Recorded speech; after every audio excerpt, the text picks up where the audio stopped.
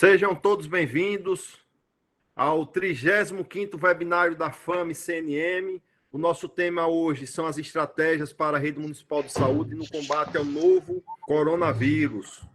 Hoje nós precisamos agradecer, inicialmente, pela parceria da Faculdade de Ciência da Saúde, FAC Saúde, na pessoa do professor Sérgio Azevedo Todi, como o doutor Silvio falou, de uma família de médicos que tem um serviço relevante prestado para o Estado de Sergipe e que se disponibilizou a hoje estar aqui com toda a sua equipe, com uma parte de sua equipe, na verdade, falando um pouquinho para os municípios sobre as estratégias para o combate ao coronavírus. Presidente Cristiano, você está com a palavra. Olá, boa noite a todos. Eu quero começar a nossa saudação a todos os colegas prefeitos aqui presentes, toda a equipe técnica da nossa federação, em nome do nosso sempre moderador nesse Covid. Jorge está eleito moderador da FAME, viu, Jorge? Além de prestar serviço à nossa federação, você está eleito como nosso moderador. Nosso grande amigo e irmão Jorge Elias. Quero saudar aqui doutor Matheus Todi, doutora Zenaide Cavalcante de Medeiros, professor Sérgio Todi também, dizer da importância desse 35º webinário que a FAME está fazendo, com o tema Estratégias para a Rede Municipal de Saúde no combate ao novo coronavírus. A gente está vendo essa mudança diária que está acontecendo, as informações que muitas vezes chegam distorcidas. E quando o Jorge conversou comigo sobre esse webinário e sobre o que nós temos a oferecer, o que na verdade tem que oferecer para as equipes das secretarias municipais de saúde, nós, de pronto atendimento, vimos essa necessidade, achamos bastante importante para que, nesse momento, nós possamos passar para todas as equipes das secretarias municipais a forma de tratar os pacientes da Covid-19, a forma de tratar a doença da melhor maneira possível.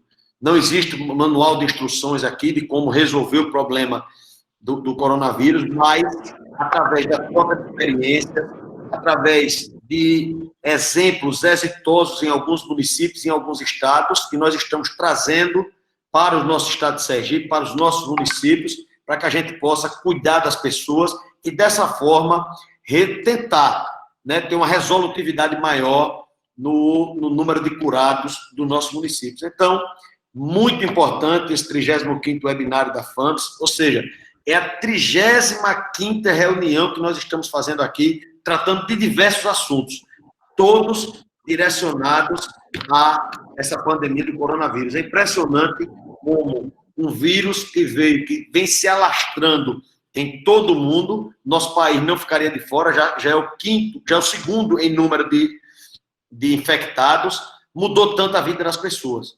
E a gente acredita que ainda vai mudar mais. Esperamos que... Eu participei agora, mais precisamente ontem, da reunião do COGERE, que é o Conselho Gestor da Retomada da Economia, e pude ver tanto o número de leitos, de leitos públicos, de leitos privados, que nós estamos perto do colapso já no nosso sistema de saúde. Tudo indica que as previsões, o grande número de infectados será entre o dia 5 e 10, mais ou menos, de julho, e 14 dias depois é que a gente vai ver o número crescer ainda mais, principalmente com o número de testes, que mais pessoas vão ser testadas e, possivelmente, o número de pessoas que irão testar positivos vai crescer muito. Então, é uma notícia ruim, é uma notícia triste. Está chegando no interior do nosso estado, nas cidades, e chegando de uma forma avassaladora. Eu estou, nesse momento, na prefeitura, acabei uma reunião agora com a Secretaria de Saúde, com todos os técnicos, todo mundo preocupado. Estou aqui com o meu secretário de Saúde, que testou positivo, 2 médicos testaram positivo também, isso já causou um pânico grande dentro da equipe, eu tenho 4 equipes do Programa Saúde da Família, e todos extremamente preocupados, sem saber o que fazer. Decidimos hoje separar uma área né, onde funcionava o CRAS, e lá, que era o antigo fórum, e lá nós vamos fazer um centro de triagem de síndromes gripais, porque na unidade básica do centro já chegava tudo, pessoas que estavam realmente com sintomas da Covid, pessoas que estavam apenas com a gripe, misturavam ali, transmitiam, ou seja, é um problema. E os gestores hoje não sabem ainda o que fazer. O gestor que disser que já tem a solução, ele está se enganando. E principalmente o secretário também. A gente está aqui discutindo, trocando experiências, e hoje, com esse webinário, é muito importante o que será dito aqui hoje. Então, eu quero agradecer aqui a presença de todos, agradecer os palestrantes e dar as boas-vindas para que a gente faça um grande evento. Muito obrigado e um bom evento a todos. Obrigado, presidente, por suas palavras. Realmente é um momento de muita reflexão, em que a FAMES vem atuando forte, né? Já são 35 webinários com o de hoje. Tratamos de diversos temas, todos voltados ao combate a essa pandemia, seja na área de saúde, na área da educação, assistência, cultura, finanças, na área jurídica. Então, é um esforço intenso, em comunhão com a CNM, e com o trabalho que vocês vêm desenvolvendo aí junto ao Conselho Político da CNM, junto ao COGER, como você falou. Então, esse é mais um webinário importante para os municípios, onde nós teremos a presença de 3 grandes profissionais, como o doutor Silvio já apresentou aí no início, da área da saúde, e de uma família tradicional de médicos, e que tem relevantes serviços prestados para toda a comunidade sergipana, e que hoje vem bater um papo com os secretários municipais de saúde, com os prefeitos, com os assessores, com toda essa equipe que está irmanada e lutando no dia a dia nessa verdadeira guerra. Então, sejam bem-vindos, doutor Sérgio Azevedo Todi, professora Zenaide Cavalcante de Medeiros, doutor Matheus Todi, sejam todos bem-vindos. Só falando para vocês um pouquinho do currículo dos nossos palestrantes, o professor Sérgio é diretor-geral do Instituto Brasileiro de Ensino e Pesquisa e mantenedor da Faculdade de Ciências da Saúde, a FAC Saúde, que eu já falei para vocês. A professora Zenaide é enfermeira forense, presidente da Associação Brasileira de Enfermagem Forense, ABForense, e especialista em enfermagem forense. Dr. Matheus Todi é pós-graduado em Medicina pela Escola Baiana de Medicina e Saúde Pública, especializado em dermatologia e mestrado em residência de infectologia pela Universidade Federal de Sergipe. Sejam todos bem-vindos. É Dr. Matheus Todi que vai iniciar. O senhor está com a palavra, doutor Matheus. Eu queria dizer para todos que nós estamos transmitindo a nossa reunião pelo Google Meet, pelo YouTube, pelo Instagram, pelo Facebook. Os microfones de quem está aqui participando pelo Google Meet vão permanecer desligados. Ao final da palestra, de todas as palestras, nós abriremos um espaço para perguntas, para que vocês interajam com os nossos palestrantes. E, mais uma vez, ressaltar a parceria com a Faculdade de Ciências da Saúde e a FAC Saúde. Doutor Matheus Todi, por favor. Seja bem-vindo e o senhor está com a palavra. Boa noite a todos. Todos estão ouvindo bem? Perfeitamente bem, doutor Matheus. Ótimo, ótimo.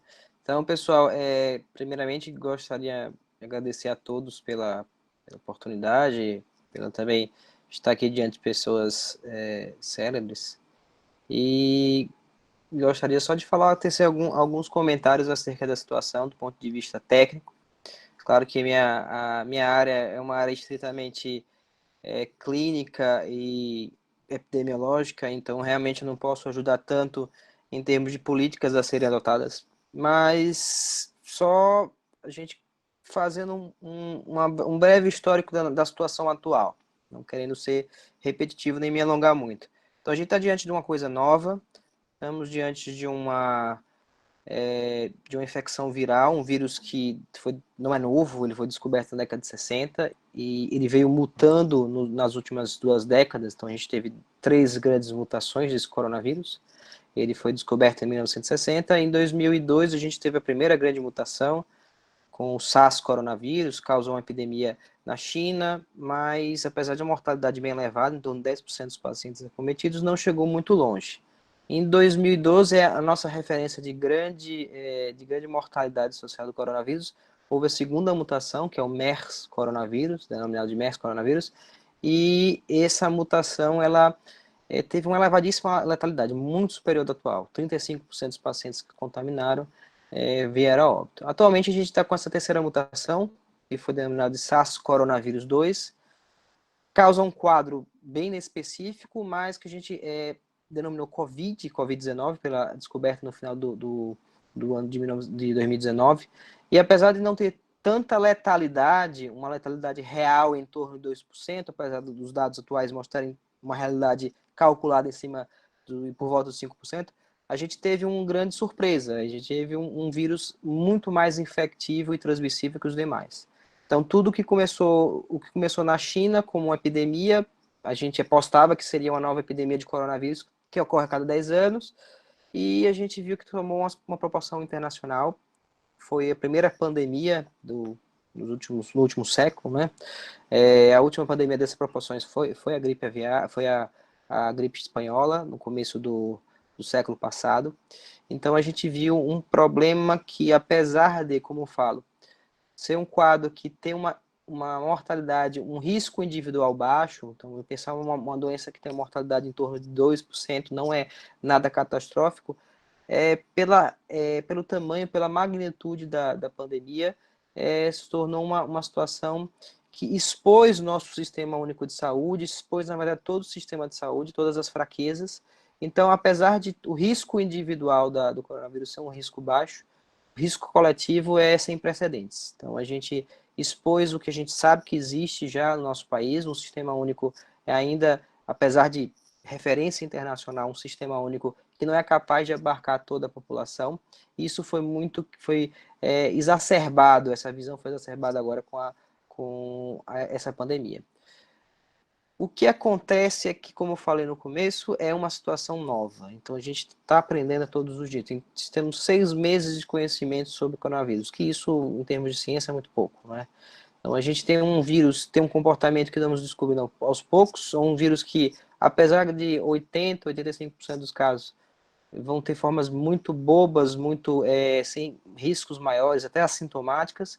Em até 15% eu posso precisar de um internamento e 5% dos pacientes eu vou precisar de terapia intensiva, e são pacientes que vão ter uma elevada mortalidade e que vão passar muito tempo do UTI, o que vai exigir ainda mais no sistema de saúde, principalmente um sistema de saúde terciário com alta complexidade. Infelizmente, a gente não tem uma quantidade, se a gente considerar hoje, em torno de 25 mil pessoas no estado de Sergipe acometido pela Covid-19. Se eu pegar 5% disso e transformar em UTI, a gente não tem.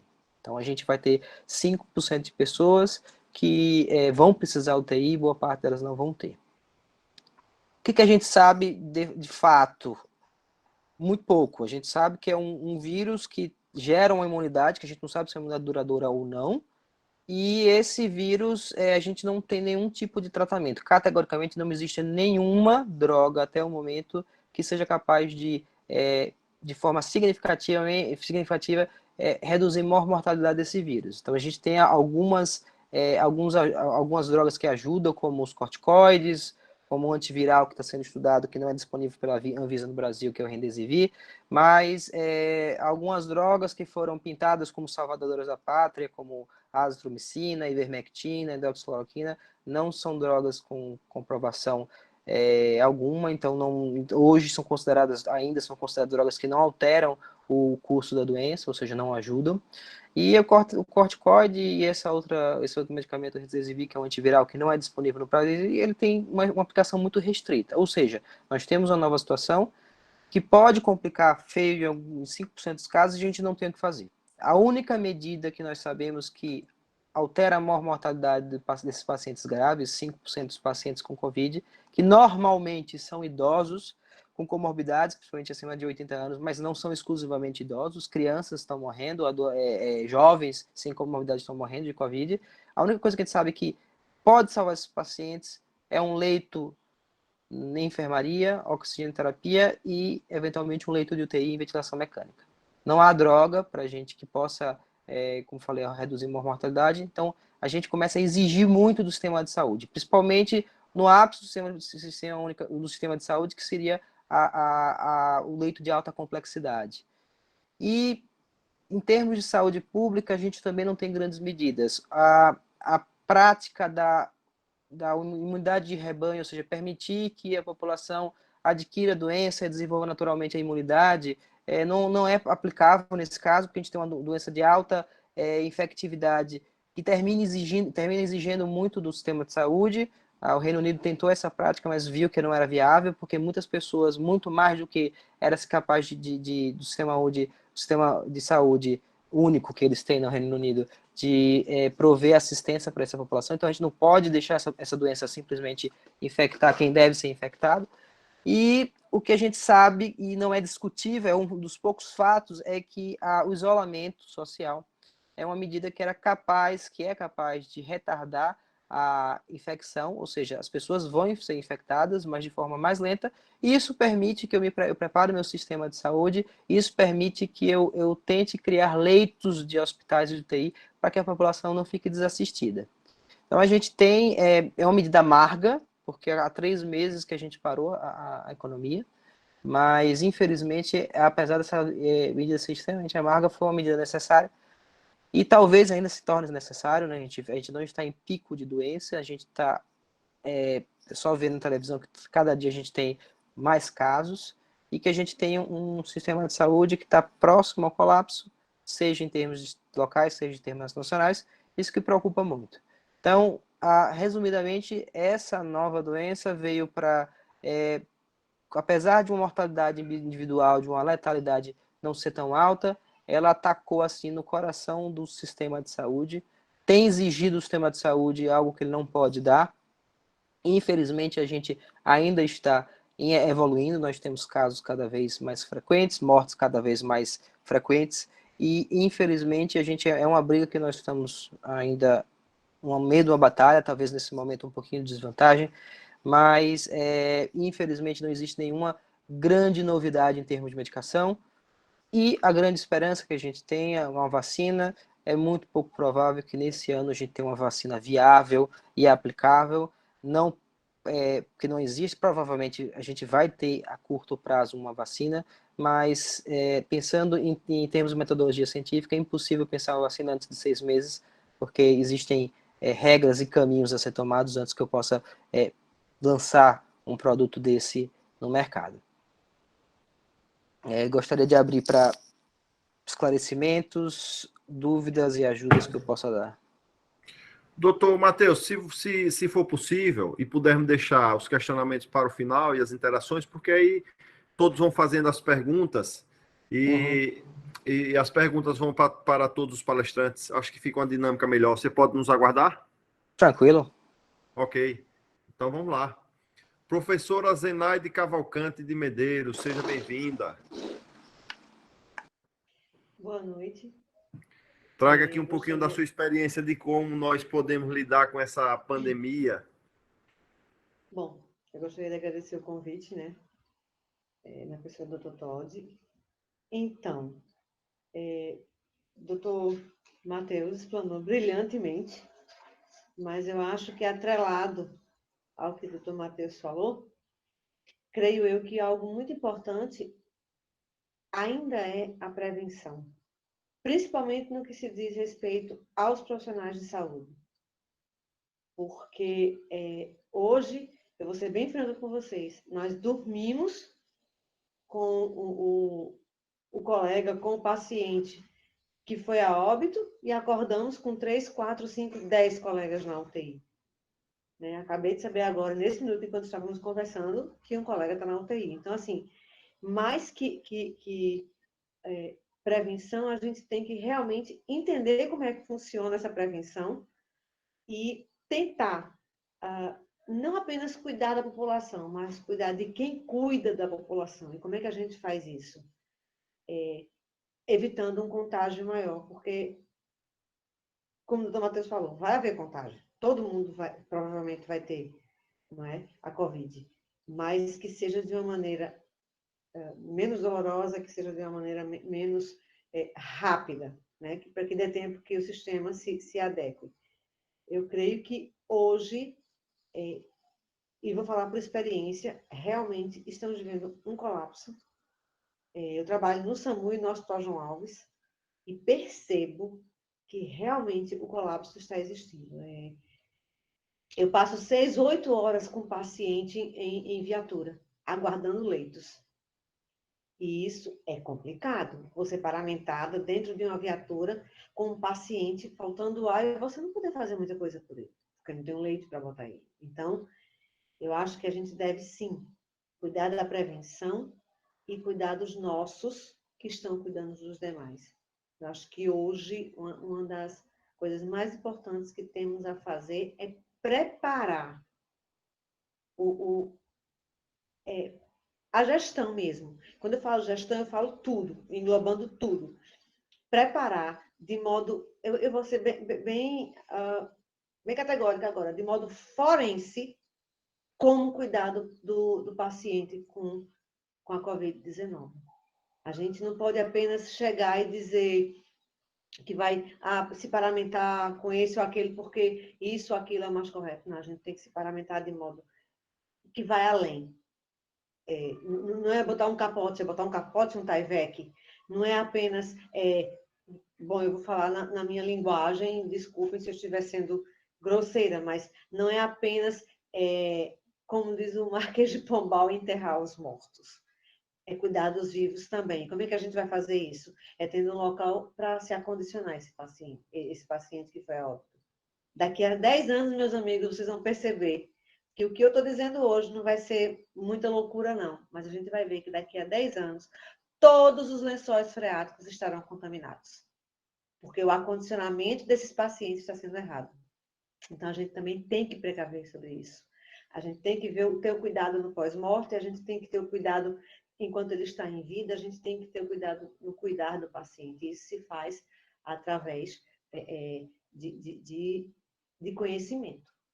Porque se a gente não tiver um conhecimento adequado, por mais que tenhamos boa vontade em fazer, eu não estou falando de gestão aqui, mas em fazer um procedimento melhor para o nosso paciente, não é? Nós não vamos conseguir. Porque o conhecimento, ele é a base, né, desse cuidado. E nós não estamos tendo um direcionamento correto quanto a isso. Nas minhas considerações. Ok, professora Zenaide, muito obrigado.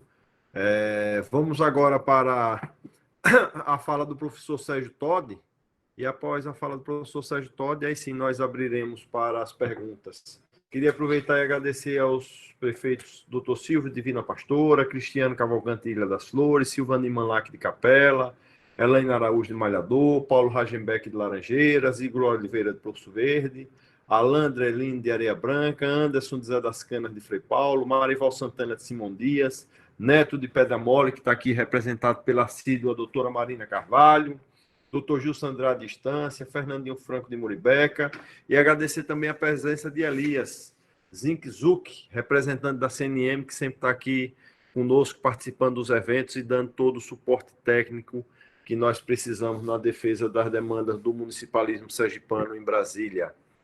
Professor Sérgio, tudo bem? Você está sem áudio. Pode liberar seu áudio aí, professor, pode falar. Tá me ouvindo? Estou lhe ouvindo, sim. Como vai? Tudo em paz, graças a Deus, senhor. Tudo em paz, graças a Deus. Você já viu que o prefeito Cristiano Cavalcante, que é o nosso presidente da federação e prefeito de Ilha das Flores, ele está tendo problema lá de contaminação com a equipe, né? A equipe dele, alguns profissionais estão testando positivos, inclusive o secretário municipal de saúde, a quem nós levamos nossa solidariedade, nosso desejo de pleno restabelecimento da saúde. Então, professor Sérgio, fala aqui um pouquinho para a gente sobre essa situação, sobre o que é que pode ser feito pelos municípios, né, para fortalecer essas ações. Muito bem, doutor Jorge. Em nome do senhor e de doutor Marcos Acauã, eu e doutor Cristiano, atual presidente da FAMES, eu agradeço pelo acolhimento, pela receptividade. O doutor Marcos abraçou de imediato, me levou ao conhecimento do senhor o senhor de imediato abraçou. Na ocasião, tinha uns 2, 3 prefeitos no gabinete do senhor e abraçaram essa causa. Então, eu agradeço o nome dos 3, do Cristiano, o doutor Jorge, o senhor, o doutor Marcos. E doutor Silvio, médico antigo lá do São Lucas da gente, em nome dele eu agradeço e peço o apoio de todos a classe médica. Doutor Silvio, como bem disse, eu venho da família que eu até brinco, 99% da minha família é médica, eu sou o único normal da família. Mas sou professor universitário da Federal, dou aula de administração hospitalar. Então, a faculdade nada mais surgiu do que pegar isso que o doutor Matheus Todo falou, a doutora Zenaide falou, a gente montou uma faculdade com um foco só, única, exclusivamente em saúde, e reunimos uma equipe de ponta. E eu disse, gente, cada um tem a sua missão. Então, a missão, enquanto diretor de uma faculdade só de saúde, é prover, dotar vocês do que vocês precisarem para a gente levar, tentar pelo menos amenizar ou instruir com prevenir, como o doutor falou, o coronavírus. E isso, doutor Jorge, veio das caminhanças com o assessor meu, Márcio França. Nós rodamos juntos 43 municípios. E dos 43, a aceitabilidade, nós não procuramos os prefeitos, porque a gente acharia que o ponto de partida inicial seria o secretário ou a secretária de saúde. Eles teriam que ser tocados. Então, a aceitabilidade foi fantástica, assim, absurdamente uma coisa que surpreendeu. Eu disse doutor Márcio Apan, o projeto é esse, eu preciso do senhor quando eu vim apresentar o senhor. Então, a faculdade nasceu, ela é nova, foram quase 8 anos militando no MEC, a portaria é recente, é uma faculdade só de saúde. Como a doutora Zenaide disse, aqui montou uma equipe de 8 profissionais, são 2 médicos, 2 enfermeiros, 2 assistentes, todos lidam com o SAMU, com o SAMU, com o USE. E a gente viu coisas simples, por exemplo, não me recordo do município, mas disse, professor, o curso é fantástico, mas se um servidor meu me pedir álcool gel, o município não tem como dar dinheiro. Se me pedir uma máscara N95, não tem como comprar. Eu disse, secretário, exatamente isso. É o que a gente vai explicar, não tem álcool gel, água e sabão resolve. Não tem um N95, um resistível de um aparato resolve. Então, foi isso que nos motivou a levar a faculdade para os municípios, tanto que a gente se preocupou, começando pelos menores, realmente, e todos tinham, assim, uma aceitabilidade, doutor Jorge, que nos comoveu, disse, esse projeto vai dar certo, esse projeto não é... Vou dar, se o senhor me permite, meu pai, mais conhecido como doutor Todd, avô do Matheus Todd, e meu tio, doutor Zé Augusto Barreto, fundador do São Lucas, não quiseram ser empresários, sempre vive. Cada um cuidou das suas famílias enquanto médico, mas chegou um momento que, quando a senhora fez 40 anos, depois do seu livro, ele disse, eu acho que eu, enquanto Augusto cardiologista, você, Todd, enquanto pneumologista, não vai conseguir atingir um estado de Sergipe sem montar um hospital. Então, hoje o São Lucas se tornou uma referência para o estado. Os médicos se formaram lá, o teu filho, como disse, foi aluno de meu pai. Então, essa é a missão da faculdade, é o prover, não só essa equipe como está com a gente, mas aqui eu abro para qualquer secretário de saúde, qualquer prefeito de qualquer município, que a gente vai a seu município e leva o conhecimento, leva a certificação de uma faculdade de saúde. A minha função é prover e deixar que os médicos se dediquem para combater essa pandemia, os enfermeiros. E a gente vai desde, por exemplo, instância, acho que o doutor Justo está aí, me fez uma pergunta, a diretora da questão básica, eu posso incluir os odontólogos? Eu digo que só pode incluir quem o senhor quiser, desde o comandante da ambulância a um médico, que essa equipe vai estar preparada. Então, sem mais delongas, essa é a minha conversação. Mais uma vez, agradeço muito ao senhor, doutor Jorge, ao doutor Márcio Apan e ao doutor Cristiano agora, que eu estou conhecendo agora, mas vamos conhecer pessoalmente. nós estamos abertos, a faculdade está aberta. A faculdade foi criada, eu disse aos meus colegas, essa equipe, hoje eu tenho uma equipe de 12 professores que estão comigo, ele é uma faculdade que não pertence à escola, a faculdade ela pertence ao Estado, ela vai crescer, ela vai por si só fazer. E, no caso, é esse primeiro curso que eu desconheço, outro que tem no Nordeste, que a gente vai ao município, não é, por videoconferência, não é por CP, é presencial, para ter uma parte teórica, uma parte prática, com toda a anuência de acompanhamento, de doutora Zenade, da questão de aproximação da questão social. Então, essa aqui está aberto, a minha faculdade, para qualquer prefeitura, para qualquer município, o senhor, para a assessoria do senhor, onde eu passei, teve um exemplo, se não me engano, doutor Jorge, não sei se foi Campo do Brito, quando até uma foto do senhor, eu fiquei encantado. Isso, foi Campo do Brito. Aí chegou a secretaria, as canecas, um cartaz, uma máscara para o servidor ir trabalhar, outra máscara para ele ir para casa. Fiquei encantado, isso na hora eu mandei para o senhor uma foto, e acho que era o doutor Marcel Moades, salvo engano, o prefeito, não me recordo. Ele me ligou pessoalmente, Sérgio, venha para cá agora, que a gente vai trabalhar junto. Então, mais uma vez, está nas mãos dessa equipe. Nós, enquanto faculdade, vamos ser coadjuvante para dar o amparo necessário para os nossos 75 municípios e além fronteiras. Obrigado, doutor Jorge. Um abraço mais uma vez para o senhor. Excelente, meu amigo. Obrigado a você pela parceria, por estarmos realizando o evento de hoje, para trazermos mais conhecimento, né, para os gestores e os profissionais que estão envolvidos nessa verdadeira guerra. Mas você pode falar um pouquinho mais para a gente como é que funciona esse curso, qual a carga horária, qual é o público que pode ser atendido por esse curso, qual a pauta, né, do que se leva para os profissionais, porque nós temos acompanhado aqui e temos visto a dificuldade de os municípios contratarem e encontrarem profissionais qualificados para trabalhar especificamente nesse momento de pandemia.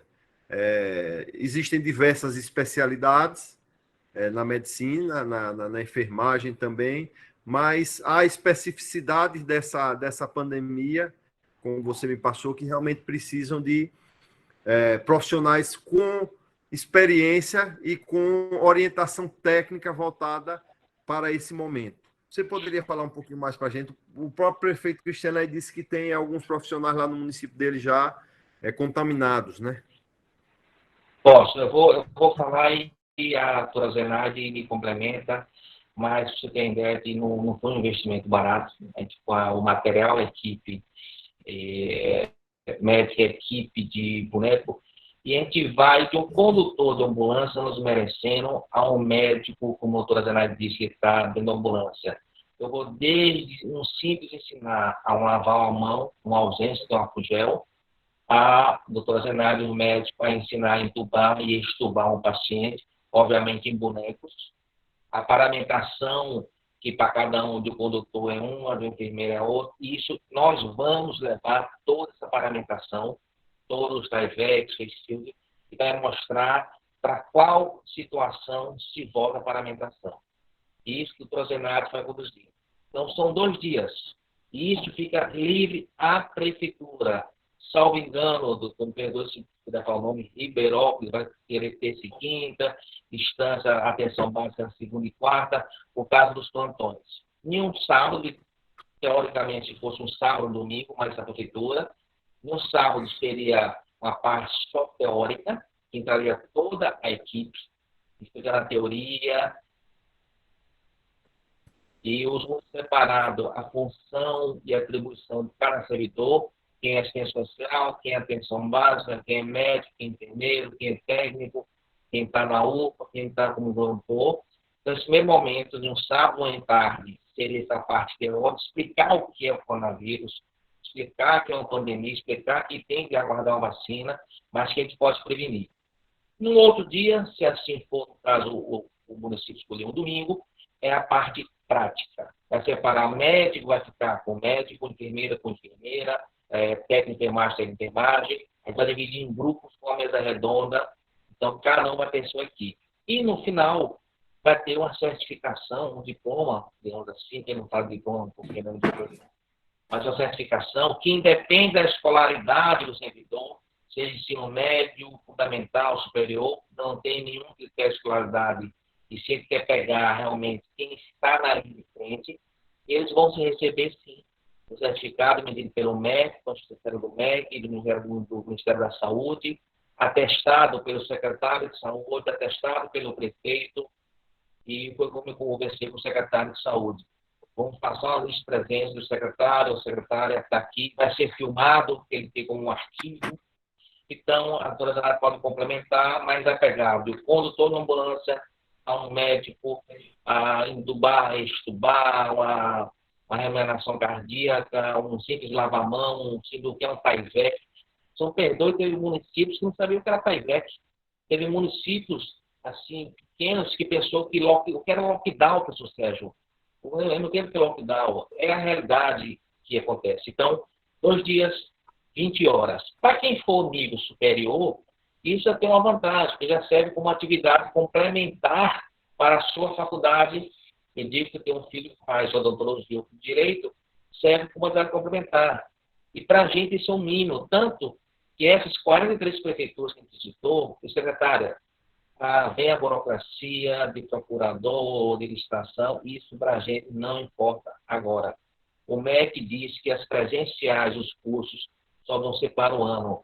E eu tenho que manter uma equipe que eu montei motivada. A gente faz o curso, depois se resolve. Então, 2 dias, teoria e prática, filmado, com certificado, com aval do MEC, Ministério da Saúde e do prefeito, e que sabe se autorizar com a chancela da FAMES também, porque, como não é diploma superior e capacitação, vai ficar um marco para a história. E digo, senhor, desconheço no Nordeste alguém que tenha começado a fazer um curso desse presencial.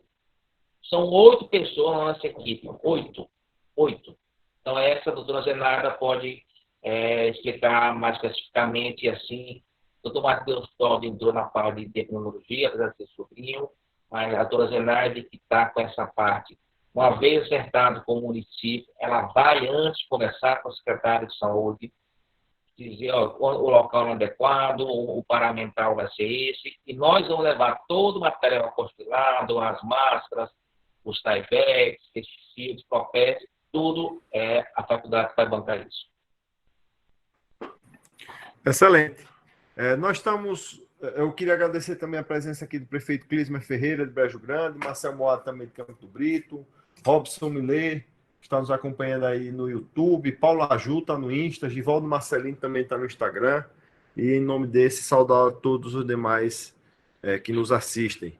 Doutor Silva é participativo e eu tenho certeza que, além de prefeito, ele é médico, né?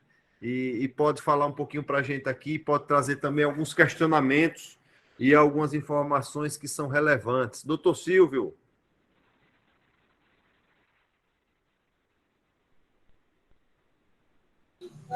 Boa noite a todos. Jorge, na verdade, eu estou observando direito, prestei atenção à colocação de todos, e a minha secretária de saúde está ouvindo o webinário. E as interlocuções, eu vou preferir que ela o faça. Mas eu só quero, mais uma vez, elogiar e parabenizar a todos pelas apresentações. Não conhecia a professora Zenaide, estou conhecendo agora, nem o Matheus Todd. Ele é novinho, eu sou Jurássico já na medicina. Eu sou o tempo de Sérgio, que é mais novo que nós somos no mesmo tempo, Sérgio. Um grande abraço. Mas ouvi atentamente e achei espetacular quando o Sérgio, sobre a faculdade, para poder você capacitar os profissionais de toda a área de saúde, não só médico, como enfermeiro, mas toda a área de saúde. Isso é importantíssimo. A gente tem uma carência tão grande nessa área, Sérgio, você não imagina. Isso veio preencher uma lacuna que vai ser espetacular para todo gestor que for comprometido com a gestão pública correta, de formação, de padrão, ele com certeza vai aderir a um projeto desse de capacitação dos seus profissionais. Aqui eu acho que minha secretária já me falou sobre algo que ela está mantendo contato dessa capacitação. Eu não sei, eu não entrei em detalhe com elas, porque a minha gestão, hoje eu estou fazendo a gestão mais à distância. Eu estou na minha cidade, mas eu estou recluso, né, uma chácara que eu tenho bem próximo, onde eu estou despachando tudo aqui numa área, porque eu sou de altíssimo risco. E hoje, você sabe, temos 4 colegas internados, né? Ortopedistas foram 3, um recebeu alta, 2 estão ainda na UTI entubados. Um está saindo do tubo e o outro ainda está no estado delicado, que ele mais estamos torcendo, ele está estável, que sai. Então, e temos um clínico que faz parte do Hospital São Lucas, foi meu aluno no CCPA e hoje está também no hospital, mas está saindo do coma. Então, é muito preocupante. A classe médica está adoecendo, os profissionais de saúde estão adoecendo. Como o Cristiano falou, lá ele tem profissionais contaminados. Nós temos aqui também 2 médicos que estão afastados por isso. E quando você tem um município pequeno, uma quantidade reduzida de médicos, aqui são 2 equipes, que nós só temos 5.400 habitantes, e você tem 2 médicos dos 2 de ambulatório e 2 de PSF, 2 doentes, é complicado numa pandemia. Então, é muito bom ouvir quem está por dentro, quem está tem expertise na área, que a gente vai aprendendo e vai melhorando. E a fala de Sérgio, o propósito de Sérgio dessa educação continuada, sempre foi e sempre será o grande pulo do gato para você ter uma boa formação, uma boa administração, seja ela pública, seja ela privada, você tem que ter na sua área a educação continuada. Então, vocês estão de parabéns. E a minha colocação é essa, não vou me alongar, tem várias pessoas que querem falar. Mas obrigado a todos. Sérgio, um abraço aí, dê um abraço ao Maurício e no meu grande professor, doutor Todd. Obrigado, doutor Silvio, pela sua sempre presença em todos os webinários da FAMES. Agradecer também ao prefeito Alexandre Martins, de Pacatuba, que está aqui nos acompanhando. E agora nós abriremos para as perguntas, né? Secretário de Saúde Gilson Cardoso, de Malhador. Por favor, Gilcinho. Boa noite a todos. Boa noite, Jorge. Boa noite, prefeito Cristiano. Em nome do prefeito, quero saudar a todos presentes aqui nesse webinário, que é mais um bastante esclarecedor, principalmente para a gente que está na linha de frente aqui no enfrentamento da Covid nos municípios.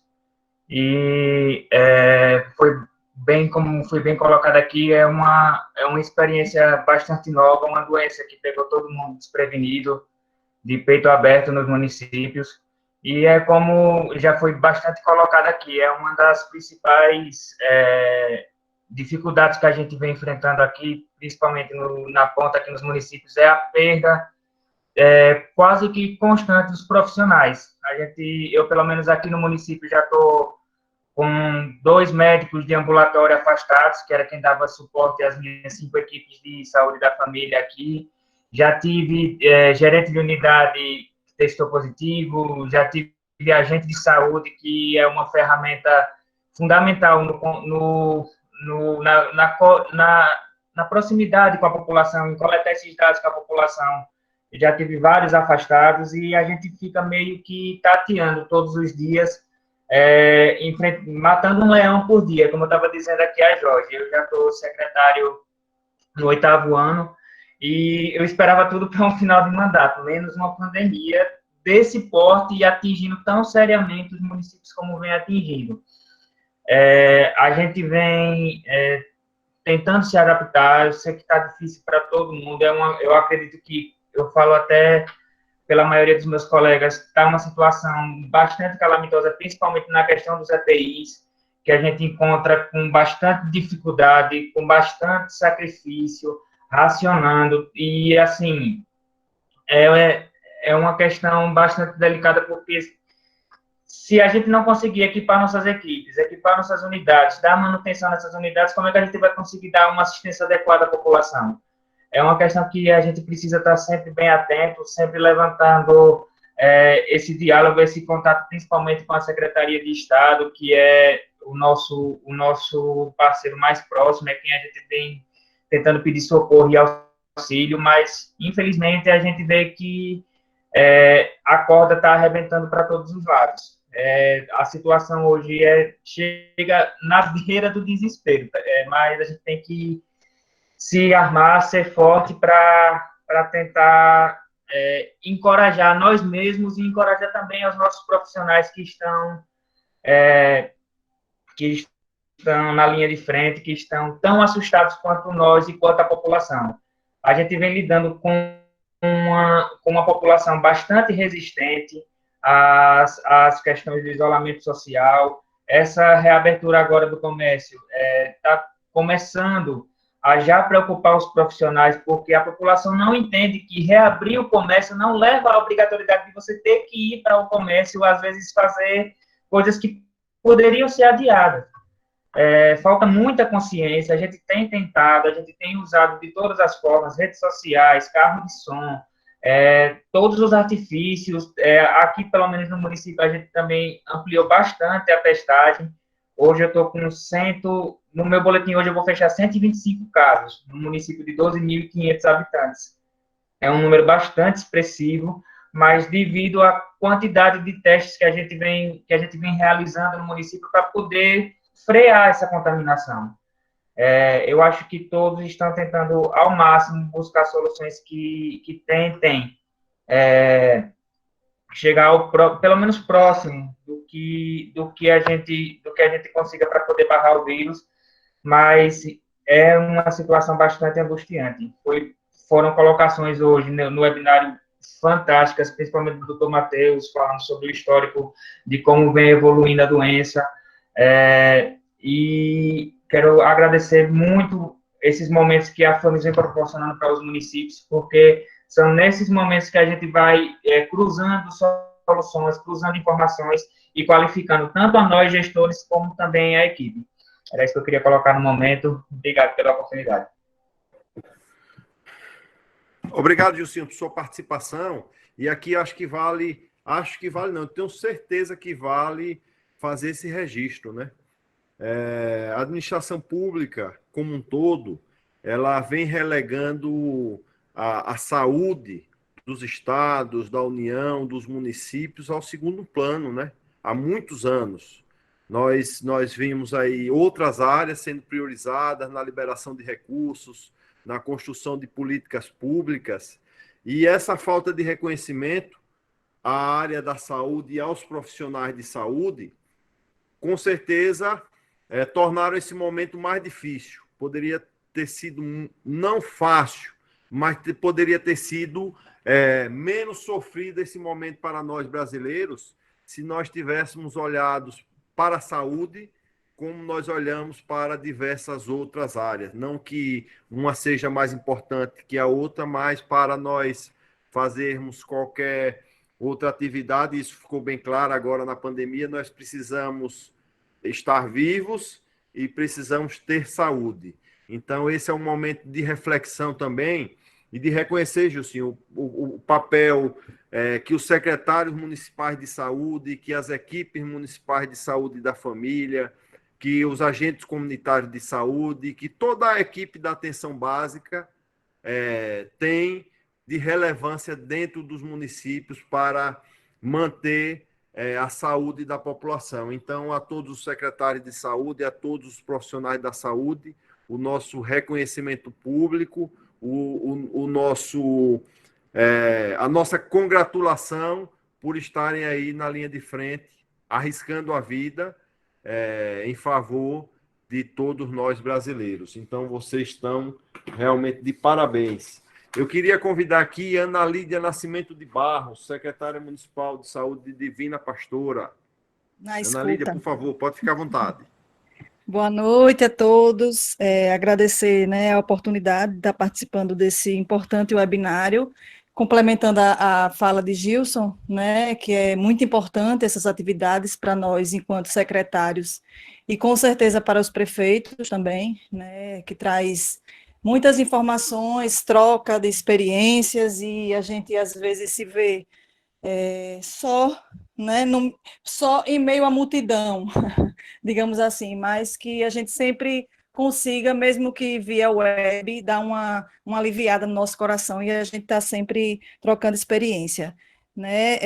Em Divina, nós temos a nossa grande liderança, que é o prefeito Silvio Maurício, que tem a sensibilidade de acolher, né, todas as demandas levadas pela saúde, né? A gente sempre compartilha, ele mesmo à distância, mas é um prefeito muito presente, e a gente sempre vem discutindo. Estamos com 53 casos em Divina Pastora, fazendo diversas ações, carro de som, barreira, hoje testamos população em massa, testamos 100% dos profissionais por entendermos a importância que eles têm para o trabalho, né, e para a manutenção, principalmente agora no período da pandemia. O professor Todd esteve lá, né, com Márcio França, conversamos um pouco sobre a proposta do curso, achamos bastante interessante. Agora, eu fiquei com uma dúvida. Fizemos levantamentos, né, de valores, e é uma coisa que a gente tem muito interesse em fazer, né, como o doutor Silvio estava dizendo aí, é muito importante essa questão das capacitações para os profissionais, e a gente pensou em fazer a capacitação para todos os profissionais, né, incluindo médico, enfermeiro, condutor de ambulância, agente comunitário de saúde, agente de endemias. Então a gente pensou em fazer para todos os profissionais, né, em geral. Só que a dúvida que a gente tem, que a gente está meio que, não é inseguro, mas com receio, é a questão do levantamento de valores por outras instituições. Como é que a gente faz essa questão? É questão de inegibilidade? Como é esse processo que a gente está meio confuso nessa questão aí, né? Achamos interessante, mas estamos esperando desvendar essa dúvida nossa. É isso. Uma boa noite a todos. Ok, Ana Lídia, obrigado. Doutor Sérgio, a priori, Ana Lídia, analisando a ação e analisando a utilidade e a necessidade para esse momento, eu não vejo nenhum óbice jurídico de que a contratação seja feita por inexigibilidade. Eu entendo que a entidade tem todos os requisitos para essa contratação, e eu desconheço qualquer outra ação nesse sentido aqui no estado de Sergipe, de um curso presencial com essa carga horária, com esses profissionais e com essa estrutura para atender os municípios nesse momento de pandemia. Eu acho que é plenamente justificável você não perder o precioso tempo, né, na licitação, você já iniciando imediatamente a contratação e a realização do curso. Entendo que, juridicamente falando, é perfeitamente possível essa contratação, e, assim, até relativamente fácil essa justificativa nesse sentido. Mas, doutor Sérgio, pode falar aqui para a gente um pouquinho também. Foi exatamente o que o senhor falou, doutor Jorge. Cercou de 2 procuradores do município para orientar a gente. Eu desconheço, não existe no Nordeste um projeto desse curso presencial, até porque quem está coordenando o projeto, a professora Zenaide, e ela é a presidente da Benforense, só existe uma presidente. Segundo, a faculdade é única, uma faculdade só de saúde. Terceiro, a gente registrou como curso de exclusividade que não tem nenhum outro nesses formatos da carga horária, com cada currículo, cada professor. Quarto, é presencial. Então, A exemplo de doutor Passo, Antônio Passo, se não me engano, de Ribeirópolis, está utilizando o fundo de participação do município, outros estão utilizando o doutor Marcel Moade para a verba do Covid, mas eu passo para a senhora, vou presencialmente, levo todas as certidões negativas, a senhora pode entrar no site do MEC, Ministério da Saúde, e eu me predisponho a ir presencialmente conversar com a senhora e com qualquer outro prefeito secretário nesse sentido. Mas como o doutor Jorge falou, é exclusivo, é único, presencial e não tem ninguém no Estado que está oferecendo isso. Excelente, doutor Sérgio. Eu queria agradecer também aqui a presença do Lorival Freire, doutor Lorival, Márcio França, que está aí nos acompanhando, Nara, que acabou de entrar, Daiane Andrade, secretária municipal de Carira. Daiane, está de parabéns, tenho acompanhado todo o seu trabalho aí à frente da Secretaria Municipal. Realmente você tem se esforçado para fazer o melhor por Carira. E os questionamentos estão abertos, a palavra está franqueada para todos. Quem quiser fazer o questionamento, Daiane, se tiver alguma pergunta a ser feita. Prefeito Alexandre Martins também, se quiser fazer algum questionamento. Ceissa Viana, de Canhoba. Prefeito Clisma. Pode falar, doutor Silvio. Jorge, na verdade eu quero esclarecer assim, a dúvida que ela teve não é assim, o modo de contratação, que se é único, é inexigibilidade, é único, tem expertise, né? Isso não é problema. O questionamento mais que ela quer saber é como se faz, balizar a tomada de preço para que a gente faça essa contratação, entendeu? Mas basicamente é isso. Mas a gente ainda está estudando isso aí, a gente vai ver com a assessoria jurídica da gente, mas não é o modo de contratação. O modo de contratação, como você colocou aí, está claro que eles tanto têm a expertise como a singularidade. Então não tem porquê, não tem um questionamento sobre isso.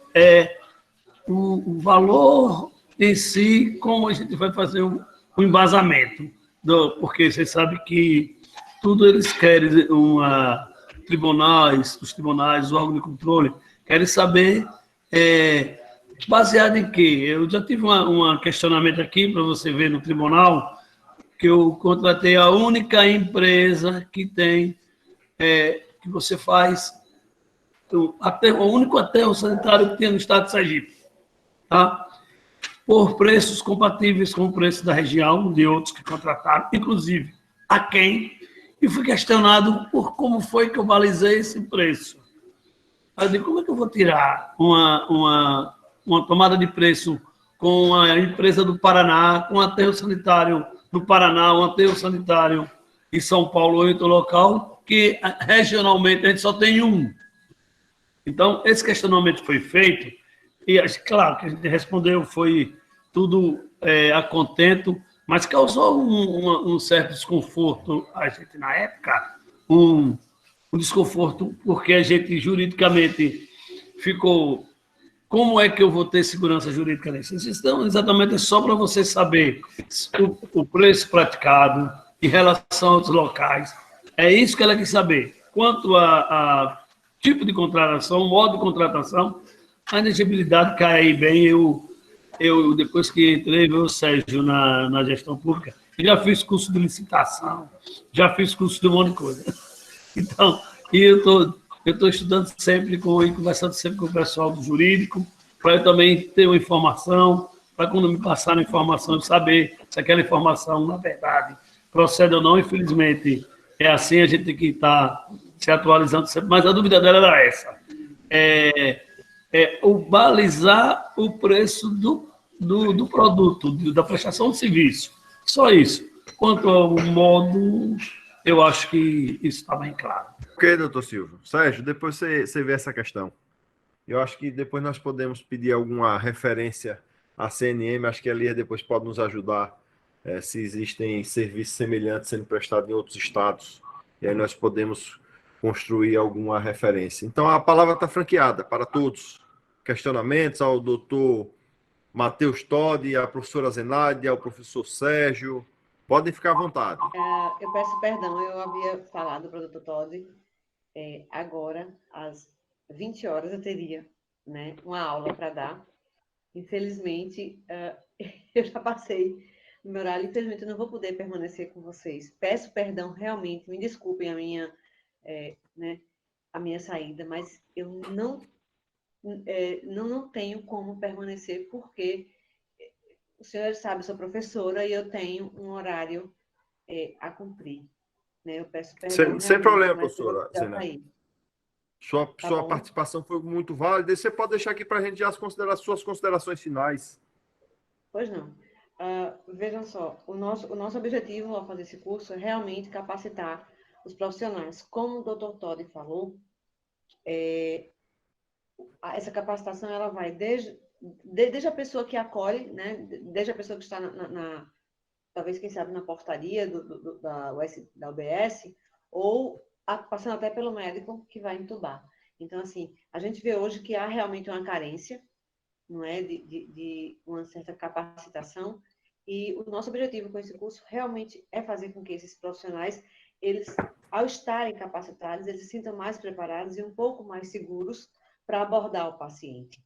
Então, a nossa abordagem, ela será ampla, ela será completa. A visão que nós estamos buscando neste curso, ela ultrapassa o cuidado. Ela vai, como o doutor Dori falou, eu faço parte da área forense, então nós vamos também abranger a área forense. Porque, como todos devem saber, quem mais se prepara para fazer uma entrada em cena de crime, uma coleta, é o pessoal forense. Então, a gente vai ensinar essas pessoas a se paramentarem de tal modo que crie-se uma barreira maior possível para que não sejam contaminados, não é? Então, assim, o nosso objetivo realmente é capacitar esses profissionais que atuam em linha de frente ou não, para que o contágio seja menor, tanto diante dos profissionais, porque o profissional ele também pode levar para as demais pessoas, ele também é portador, não é? Ele também é vetor, então ele pode contaminar outras pessoas. Então, o nosso intuito também é evitar que esta contaminação cruzada ocorra. Então, realmente o nosso objetivo dar uma melhor qualidade na assistência e no cuidado com o profissional, porque, perdoe-me, mas eu sou da área de saúde e o doutor Matheus pode talvez comungar comigo do que eu vou dizer agora. Muito se fala no cuidado para com o paciente, 100% correto, mas deve-se ter também o cuidado para com o profissional. Esse cuidado ele deve existir, não é? Então, o cuidado deve ser uno, ele deve ser completo, e é isso que nós estamos propondo ao fazermos esse curso. Ok, professora Bernardi, muito obrigado pela sua participação, viu? Tenho certeza que nós teremos muitas interações no futuro. Boa sorte em sua aula. Aproveitando o ensejo, nós estávamos aqui falando agora, e o que acabamos de falar aqui, eu acabei de falar no Jornal Nacional. Então, daqui a pouco, quando vocês saírem daqui, podem olhar o Jornal Nacional, porque o meu depoimento está lá, e o que nós estamos falando aqui acabou de sair do Jornal Nacional. Então, né, uma boa noite, fiquem todos com Deus e tenham todos uma ótima semana. Excelente. Nós temos agora um questionamento para o Dr. Matheus Todd, que veio aqui do Instagram, Jairo Bio. Eu gostaria de ouvir a opinião dos doutores sobre o tratamento com a cloroquina, a eficiência dos testes rápidos e sua importância para a população. E ele faz questão aqui de fazer uma ressaltar, na verdade, a importância da explanação da doutora Zenaide sobre a colocação em relação aos lençóis freáticos. A Universidade Federal de Minas Gerais está fazendo uma pesquisa para determinar os índices de pessoas infectadas a partir da quantificação do Covid-19 presente nos esgotos da cidade, utilizando a técnica RTP. Então, doutor Matheus, Jairo quer ouvir de você a sua opinião sobre o tratamento com a cloroquina e a eficiência dos testes rápidos. Como eu falei, muitas das informações que a gente tem hoje podem ser mudadas daqui a alguns poucos dias ou semanas, porque existem muitos estudos em andamento. Mas o que a gente tem de fatos, poucos fatos que a gente tem agora, baseado nos estudos que a gente tem e nas revisões sistemáticas, a cloroquina não é um bom medicamento, não provou-se, apesar de in vitro existir algum, ou seja, em laboratório existir algum tipo de ação, em humano não tem ação relevante, e além disso é um medicamento que tem um efeito colateral que é importante, que é a cardiotoxicidade. Pacientes com, principalmente pacientes cardiopatas, estariam excluídos do uso, mas não deve se usar até esse momento, a gente não tem evidência suficiente. E nesse grupo entra a ivermectina, entra a nitazoxamina, que é a anita, e bem, hoje a gente não tem nenhum medicamento capaz de tratar formas leves ou alterar de forma muito significativa o curso da doença. Então, hidroxicloroquina hoje não deve ser utilizada, sendo que o risco é muito maior do que qualquer benefício que até o momento não se mostrou. E quanto aos testes rápidos, há uma confusão. Estava até hoje, um ex-aluno me ligou pedindo, não lembro em que interior, ele está trabalhando com algum desses prefeitos aqui que nos ouve, provavelmente, mas ele me ligou desesperado que não sabia o que fazer com os testes rápidos e com as sorologias. A Anvisa lançou nota há algumas semanas dizendo que as sorologias e testes rápidos não devem, de forma alguma, orientar diagnóstico ou determinar isolamento. Então, o teste rápido, ele não tem especificidade e sensibilidade suficiente para eu dar um diagnóstico de COVID e nem deve orientar o afastamento e isolamento das pessoas, por um simples motivo. Quando o teste rápido, uma sorologia, começa a positivar, o IgM, que é dos 2 anticorpos, é o primeiro que ele positiva, eu já tenho pelo menos 2 semanas de doença. Então, e eu sei que a transmissibilidade maior da doença são os primeiros 7 dias. Ou seja, quando o indivíduo tem um teste positivo, ele já não é mais transmissível, certo? Então, o teste rápido, existem alguns bons testes rápidos, outros não tão bons, eles têm importância provavelmente no segundo momento, para determinar quem pegou, quem entrou em contato com a doença e quem não entrou em contato com a doença. Agora, o grande teste que a gente dispõe é o PCR. Eu sei que é um teste que não é tão fácil, é um teste mais caro, mas esse é o que tem valia para a gente dizer quem está com o vírus nesse momento, quem é capaz de transmitir ou quem não é capaz de transmitir. Ou seja, o teste rápido, nesse momento, não dá tantas informações, não é um teste de grande valia quanto o RT-PCR, que é o teste confirmatório e o que deve também orientar os isolamentos dos pacientes. Excelente, doutor Matheus. Saudar aqui José Fabiano Cardoso Costa, Isamar Dantas, Fanny Moraes. Fanny Moraes deixou uma pergunta aqui para a professora Zenaide, mas a professora Zenaide, ela infelizmente teve que nos deixar. Fanny, eu encaminharei a pergunta para ela, e se você puder deixar seu e-mail aí no YouTube, nós responderemos para você por e-mail, com certeza. Daiane Andrade, secretária municipal de saúde de Carira. Por favor, Daiane, participe aqui com a gente.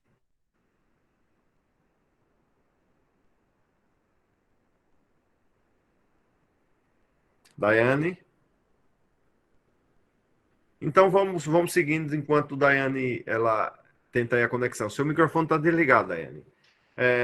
Professor Matheus, doutor Matheus, professor Matheus também, né? Quais as medidas você entende como mais eficientes para os municípios nesse momento? Em se tratando de Sergipe, a maior parte dos nossos municípios são de pequeno porte, né? Nós temos uma estrutura pequena, os municípios não têm estrutura hospitalar além da atenção básica, os municípios não têm estrutura de média complexidade, nem de alta complexidade. Então, dentro dessa concepção de que os municípios têm uma estrutura pequena, apenas de atenção básica, como ser eficiente com as suas equipes de saúde da família, com as equipes de vigilância sanitária, nesse momento? Quais são as medidas mais adequadas para estes municípios? Se fala muito. A gente tem alguns modelos, Jorge, respondendo a sua pergunta, alguns modelos que a gente vem adotando. Inclusive, infelizmente, são modelos baseados no empirismo, né? Porque são 6 meses de doença, 6 meses de epidemia, então a gente tem visto o que está dando certo e o que não está dando certo. A gente viu um comportamento muito positivo da população horizontal, da população oriental, ou seja, os chineses, principalmente os sul-coreanos, e os portugueses também lá na Península Ibérica, que eles conseguiram, e a Alemanha, no centro da Europa, que eles conseguiram, na verdade, sair do pico epidêmico, entrar num momento de decréscimo, né, na regressão da epidemia, com medidas relativamente baratas. Eu sei que 5% dos pacientes infectados vai precisar de UTI. E eu não tenho capacidade de colocar um UTI no município menor. Eu sei os valores, eu sei os custos que isso implica, e eu sei também que existe uma carência muito grande de profissionais de UTI no Brasil, principalmente no interior do Brasil. Então, o que a gente pode fazer? A gente pode fazer medidas preventivas pensando em reduzir ao máximo que as pessoas peguem, ou que se pegarem a doença, vai pegar, boa parte da população vai ser exposta à doença. A gente pega de forma controlada, e isso, a grande medida de valia infelizmente, o isolamento social. Então, isolamento social, restrição de mobilidade e a flexibilização no momento correto, de forma gradual, é o que vai permitir que as pessoas não adoeçam no mesmo tempo, e assim eu ter condições de pacientes de leve a moderada gravidade, que só depende de um leito de um hospital de médio porte, que talvez o município abarque, eu tenha esse leito, e aqueles 5% eu tenha como transferi-lo, como referenciá-lo para um município que tem maior capacidade, maior complexidade. Então, a grande arma que a gente tem no momento é a prevenção e, principalmente, a redução de velocidade de contágio. Então, se as pessoas forem pensando em um município que tenha 50 pessoas, então, acometidas 5% das pessoas pode ter a doença grave. Então, vou ter 2, 3 pessoas aí que vão, em algum momento, vão precisar de UTI. Se eu tiver 2 pessoas, 3 pessoas no mesmo momento tendo UTI, eu não vou conseguir referenciar. Agora, se isso correr gradual, eu precisar de um paciente, um leito de UTI um mês, um leito de UTI no outro, isso eu tenho como referenciar. Mesma coisa, leito de hospital. Se eu tiver necessidade de 10%, ou seja, bote aí 5 leitos de hospital, talvez eu não tenha. Agora, se esses pacientes que precisarem de hospital, eles forem distribuídos ao longo dos meses, eu tenho como dar 2 leitos de hospital hoje, 2 leitos no próximo mês. Então, o que a gente tem que fazer agora? Controlar o famoso achatamento da curva. Controlar a velocidade de infecção, consequentemente, eu vou conseguir fazer a única coisa que eu tenho para deixar esse paciente vivo, botar no hospital na UTI. Excelente. Nós temos um questionamento aqui, doutor Matheus, de Pedro Silva Costa Filho. O que diz sobre o protocolo de Porto Feliz? Você conhece o protocolo de Porto Feliz? Pelo protocolo de Porto Feliz, pelo nome não. Devo conhecer por leitura, mas pelo nome protocolo Porto Feliz, pudesse especificar mais. Então, Pedro Silva Costa Filho, você deixou o questionamento no YouTube. Se você puder especificar melhor do que se trata esse protocolo de Porto Feliz, ou se alguém aqui no grupo estiver participando no Meet souber, pode ficar à vontade de trazer essa informação. A palavra está franqueada para todos os secretários. Respondendo aqui, o protocolo de Porto Feliz, São Paulo, entrega kit COVID com cloroquina para pacientes. Se o protocolo adotar kit com medicamentos, infelizmente está equivocado o protocolo. Assim como a Unimed Alagoas, a rede Unimed Alagoas, ela adotou um protocolo de uso de medicamentos como cloroquina, ivermectina e azitromicina. Não há comprovação científica nenhuma, são medicamentos que têm função in vitro, não in vivo. Mas se funciona no laboratório, funciona na pessoa. Álcool funciona, álcool a 70%. Eu não vou injetar álcool nem cloro na vida das pessoas. Então, existe uma grande diferença, e se eu colocar o uso em massa desses medicamentos, eu vou aumentar o número de efeitos colaterais sem eficácia. Então, esse protocolo que eu estou vendo aqui envolve a entrega de kit para pacientes com COVID, que contenham hidroxicloroquina e outros medicamentos. Infelizmente, inclusive para pacientes de baixa gravidade. Isso não deve ser feito. Atualmente, toda a ciência internacional e nacional tem apontado para contra o uso dessas medicações que prometem curar a Covid, porque elas não curam e têm efeitos colaterais importantes. Excelente, obrigado pela sua resposta. Boa noite, Secretário Jorge. competente, pode ficar à vontade, meu amigo. William Guerra, por favor. William Guerra, boa noite a todos. Assim, foi bastante interessante essa oportunidade que está nos sendo dada. Eu trabalho com massagem, terapias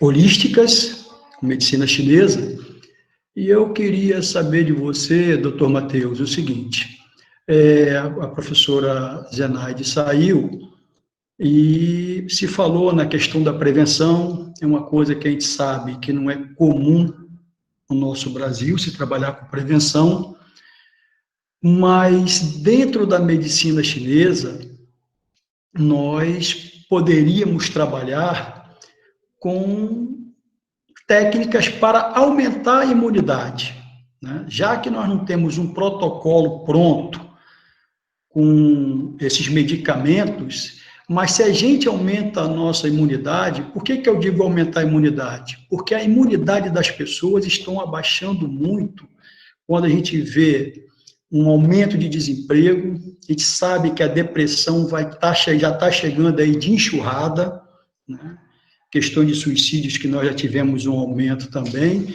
E aí, o que acontece? Nós temos terapias como acupuntura, reiki, são terapias mais baratas, né? Algumas delas invasivas, claro, no caso da acupuntura, você tem que ter um profissional para isso, mas nós temos a aurículo, que não é invasiva, nós temos o reiki, que não é invasivo, algumas técnicas de massagem. E aí eu gostaria de saber qual é o seu posicionamento em relação a esse protocolo de fazer uma prevenção aumentando a imunidade, que a gente sabe que não é só o coronavírus, mas as pessoas estando com a sua imunidade alta, automaticamente fica mais difícil de pegar uma dengue, pegar uma zika vírus, que está tudo por aí, né? Gripe, continua tudo. Qual é o seu posicionamento, por favor? Obrigado. Respondendo, amigo, eu como professor universitário, eu tenho formação em ciência cartesiana. Então, aí eu sei que a ciência oriental, que é muito mais antiga, inclusive, que a ciência ocidental, ela não obedece certas regras da ciência cartesiana, então não dá para comparar um com o outro. Eu não tenho grandes referências, eu não conheço os estudos mostrando. Eu acho que deve-se ter cuidado com qualquer tipo de intervenção que não haja literatura aqui em base, seja ela terapia de base da medicina oriental, da medicina ocidental, ayurvédica, o que seja, certo? Mas a gente tem que ter um cuidado. Assim, claro que eu pensando em melhora da imunidade, de forma geral, é uma coisa interessante. Agora, engraçado, se você me falar que você vai melhorar a imunidade de todos os pacientes, eu peço para você não fazer isso. Porque eu sei que o coronavírus, ele mata em algumas pessoas, 5%, porque essas pessoas têm imunidade demais para o vírus. Tanto que a gente não vê pessoas com quimioterapia morrendo, pacientes meus com AIDS graves morrendo, pacientes que têm transplante de medula. Na verdade, o que tem matado nossos pacientes não é o vírus. O vírus, a fase de viral, de 5, 7 dias, ela é muito inócua. A fase grave, que é a fase inflamatória, a fase de tempestade inflamatória, ela acontece a partir do 7º, 8º dia, que não tem mais vírus. E, na verdade, ela é uma roleta russa. Quem morre de coronavírus não é porque pegou o vírus, não. É porque pode. Porque tem um trigger, ele tem alguma coisa imunológica que faz uma tempestade inflamatória, que a gente tem chamado, que, na verdade, quem mata o coronavírus, quem mata a pessoa é o próprio organismo.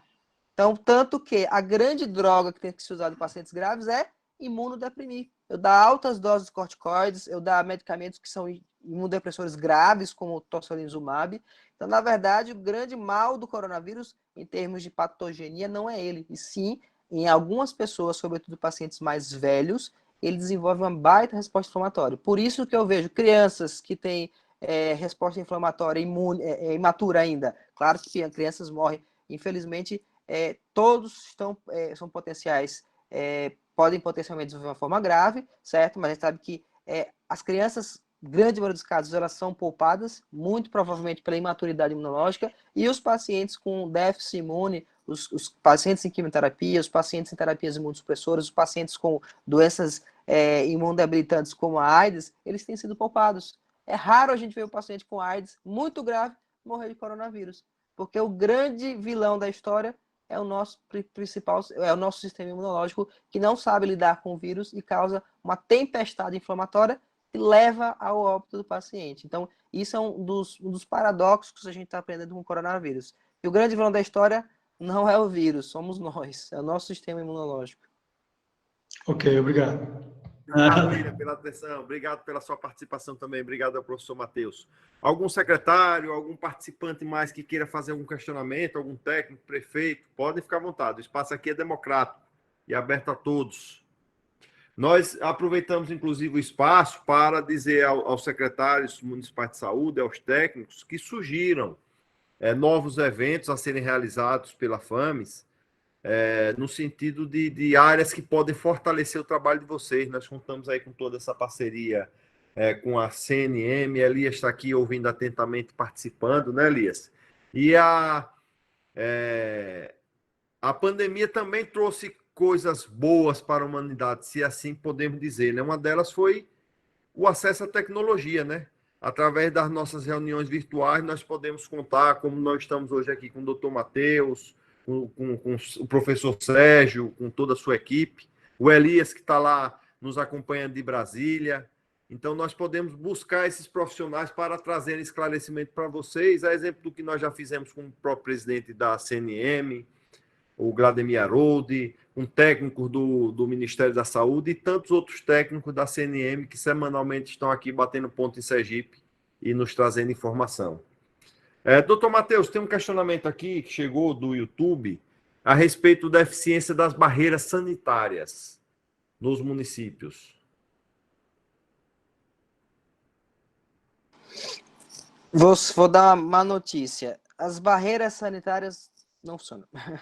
A gente está diante de uma doença com alta transmissibilidade e com vivemos num mundo interligado. Então, se o vírus que estava na China hoje está em própria ar, imagine quantas barreiras não foram passadas. Então, a gente achar que a gente vai... Claro que o controle de fronteira, certo? E o controle individual, o controle em cada município é importante para a gente, principalmente quando os municípios vão de forma heterogênea alcançar a sua estabilidade. Então, claro que se eu sou do município A, controlei a epidemia para frente, espero que quanto antes, e eu permito que pessoas do município B, que ainda está em pico epidêmico, vão... Claro que eu vou ter mais casos, entre aspas, importados, mas a gente hoje tem que trabalhar, pessoal, não é nem pensando no momento em barreiras sanitárias locais, e sim em medidas locais que retardem a disseminação da doença.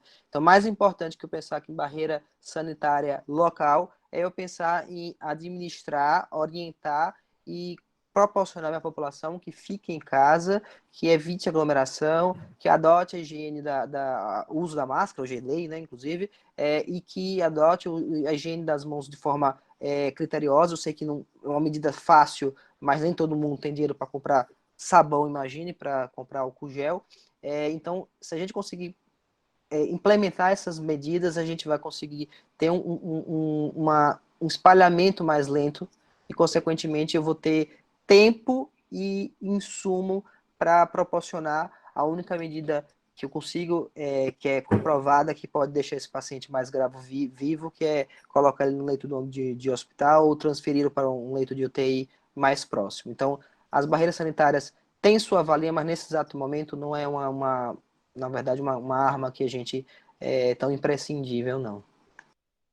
O senhor viu aí, corroborando com o doutor Matheus Tori, professor William Guerra, professora Zenaide, doutor Silvio, e hoje pela manhã me ligou um grande amigo meu, foi professor de meu irmão, doutor Jefferson, que é otorrino, e eu mandei para ele, a gente sempre mantém contato. Ele disse: Sérgio, vocês estão chegando no momento exato, que é no começo, e tem cura. Uma vez depois que chegar no estado grave é muito difícil, mais caro reverter.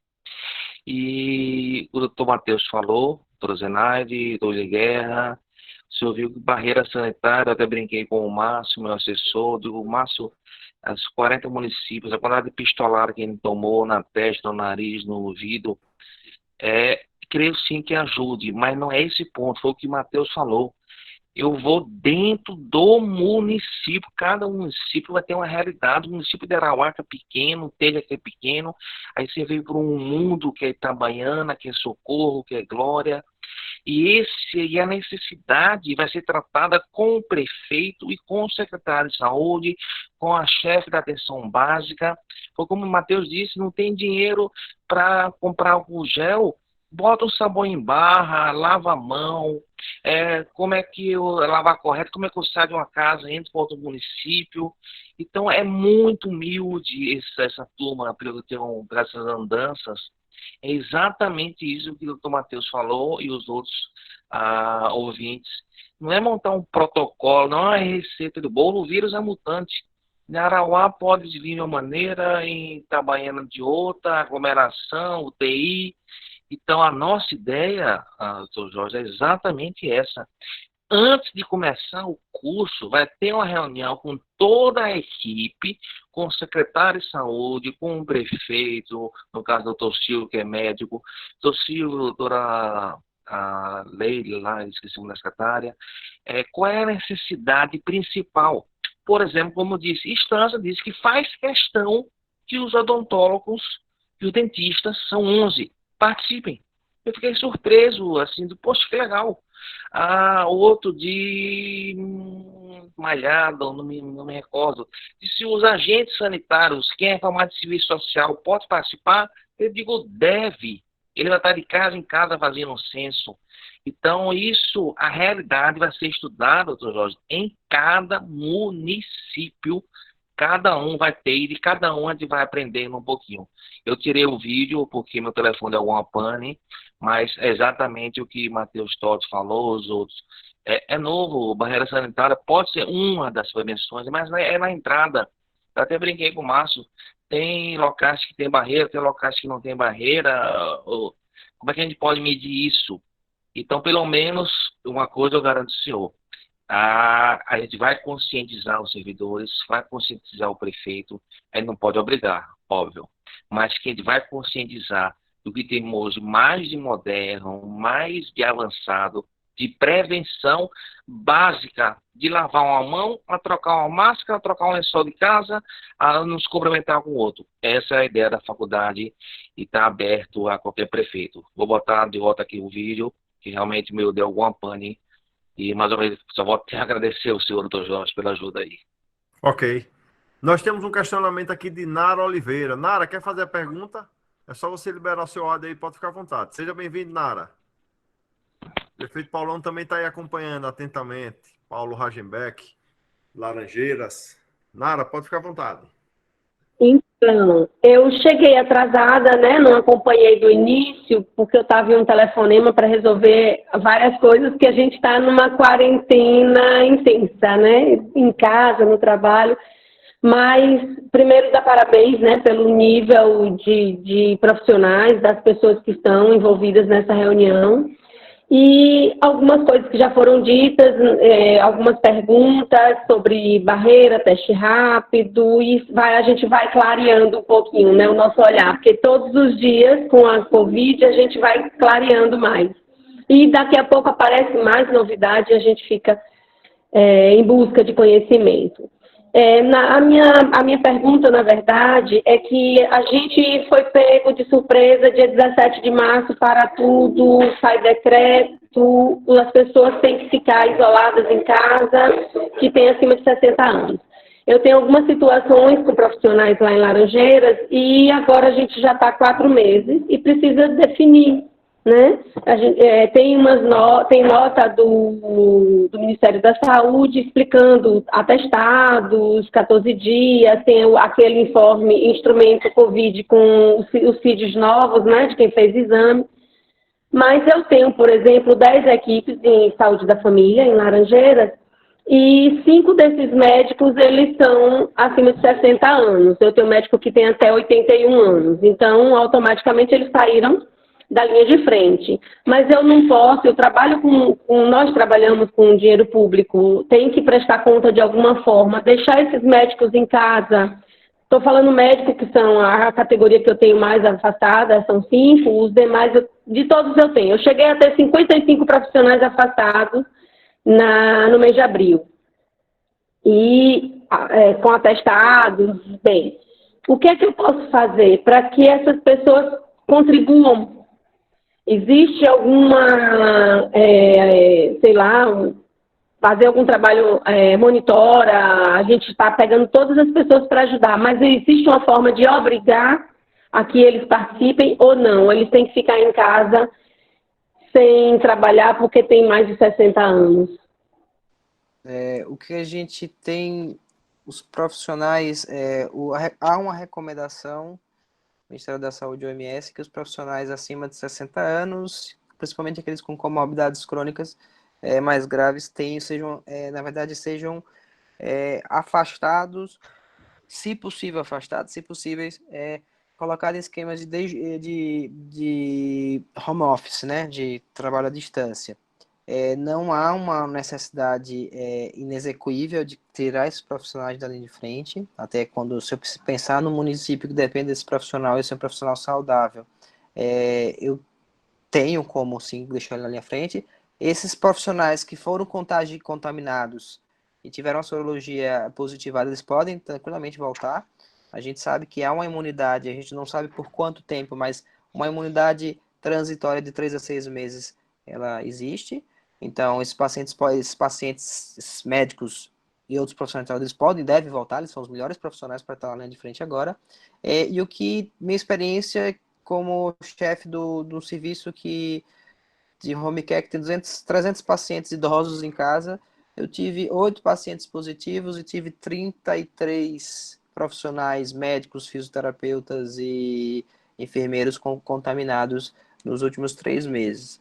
A medida que a gente teve de mais efetiva não foi fazer sorologia para todo mundo, não foi fazer PCR para todo mundo, não foi fazer nenhum tipo de tratamento, e sim foi educar as pessoas a, primeiro sinal, o sintoma presente, fala com a gente, vai ser afastado, vai fazer o PCR positivo, fica por 14 dias, ou o que a OMS fala agora, fica por 10 dias, né, desde que os últimos 3 dias sejam assintomáticos. Se PCR negativo e melhora os sintomas, volta para o trabalho, certo? Então, na verdade, o que foi? Vigilância, afastar logo que sintomas ou contato com quadro confirmado e fazer PCR para esse paciente, porque se eu conseguir um resultado rápido, eu posso repetir até 72 horas e for negativo, ele estiver bem, ele já volta, ele não vai ficar 14, 10 dias isolado, vai ficar 3 dias. Então, essa foi a forma que a gente encontrou e essa foi a forma que a literatura tem informada e as experiências em outras instituições têm mostrado que é mais eficaz, certo? Mas essas pessoas, profissionais de saúde com 60 anos, eles não são obrigados de forma alguma, certo? A gente tem que ter mais cuidado, que são uma população de risco, se possível à distância, se não possível, e a partir do momento que eles passaram pela infecção, a maioria dos casos, quase 90% vai ter formas muito leves e tem sorologia positiva, ou seja, tiveram contato, agora estão curados, esses pacientes podem ir para a linha de frente porque eles não são contaminantes novamente, pelo menos não, provavelmente quem pegou coronavírus nessa pandemia não vai pegar pelo menos não vai pegar novamente durante essa pandemia, ou seja, eles vão ter uma boa imunidade aí por pelo menos 3 a 6 meses, o que a gente conhece até agora. Ótimo. Diego quer fazer um questionamento. Diego. Boa noite a todos. Tudo bem? Eu gostaria de fazer algumas perguntas aos doutores, tanto Sérgio como o doutor Matheus. Eu gostaria de saber, assim, com os avanços que está tendo aí na corrida a favor de encontrar logo a vacina, o governo federal ele fechou um acordo com Oxford, com a universidade lá, e já está encaminhando aí juntamente com o Instituto Fiocruz.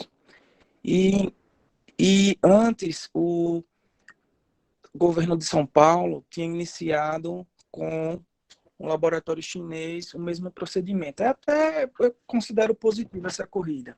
Mas vocês que estão mais atualizados no mundo também, Eu gostaria saber como está um panorama e sobre essa questão desses dois órgãos, tanto o governo federal quanto o governo de São Paulo, e saber também dos senhores, como o doutor Matheus falou aí no início, que o coronavírus ele já vai se evoluindo na terceira, se não me engano, né? Na terceira geração, vamos dizer assim, e se a vacina, sei lá, daqui para quando ficar pronta, possa ser que tenha que refazer de novo, ou venha uma segunda onda, como a NH1 que já está mudando, né? Todo ano a gente tem que tomar vacina. Obrigado pela participação, valeu. Assim, a gente sabe das mutações do coronavírus, mas eles mutam todo dia, na verdade, toda hora, mas as mutações relevantes demoram um pouquinho, né, para acontecer. Então, a gente viu que as 3 mutações ocorreram em intervalos de 10 anos, não é coincidência.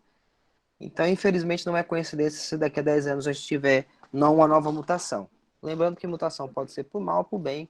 A gente tem uma cepa agora que é menos virulenta, ela mata menos do que as anteriores, mas vai ter uma maior capacidade de infecção.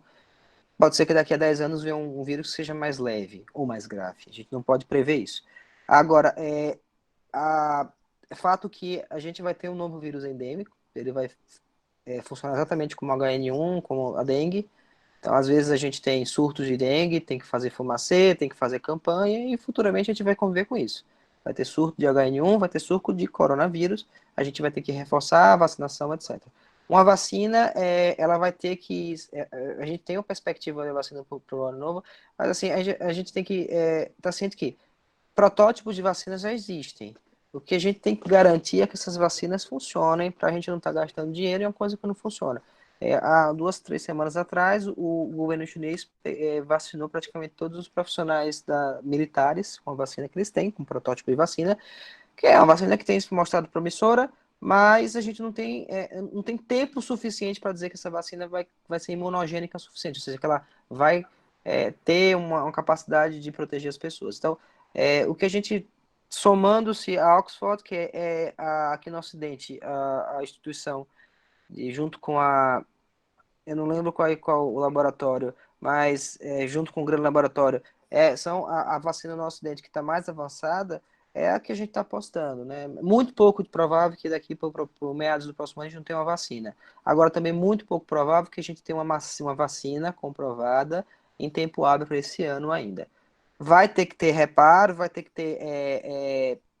o vírus vai mudar, pode ser que a gente precise mudar alguma partícula viral da vacina, mas alguma partícula imunogênica da vacina, mas assim, o vírus não vai mudar tanto a ponto de que a vacina que eu faça não vai servir para nada do ano que vem, tanto que a gente tem visto, como você falou bem, o H1N1, H3N2, que a mesma vacina com pequenas alterações tem servido aí pelo menos nos últimos 10 anos. Então, a vacina é uma grande perspectiva, a vacina de Oxford é uma grande perspectiva, mas infelizmente nesse pensar que a gente vai ter vacina esse ano realmente está se iludido. A gente não vai ter vacina esse ano pelo simples motivo porque leva tempo e a gente não vai ter tempo suficiente para dizer que essa vacina, uma dessas vacinas, funciona mesmo ou não. Então, doutor Matheus e doutor Sérgio, vamos caminhar para o final do nosso evento. Eu queria abrir o espaço para vocês fazerem as suas considerações finais. Pode começar, doutor Matheus. Então, pessoal, mais uma vez, muito obrigado pela oportunidade de tentar esclarecer algumas dúvidas. A gente está diante de um cenário um pouquinho escuro nesse momento, né? Mas espero que a gente consiga passar da melhor forma possível, que a gente tenha discernimento para tomar as medidas corretas e sorte, tudo na vida depende de sorte também, e que que a proposta de Sérgio, bem como dos outros professores, dê resultados, porque uma das coisas que a gente sabe que tem sido um ponto positivo para em todos os locais que tem passado a pandemia, ou seja, em todo o mundo, que a capacitação das pessoas, de todas as pessoas, sem exceção, tem levado a um comportamento mais homogêneo, mais racional, mais científico, e, consequentemente, isso é a grande arma que a gente tem e vai ser o grande legado que a gente vai ter da Covid. Um dos últimos, se não o penúltimo médico que ganhou o prêmio Nobel. Inclusive, ele foi um dos criadores da ivermectina, para ver como são as coisas.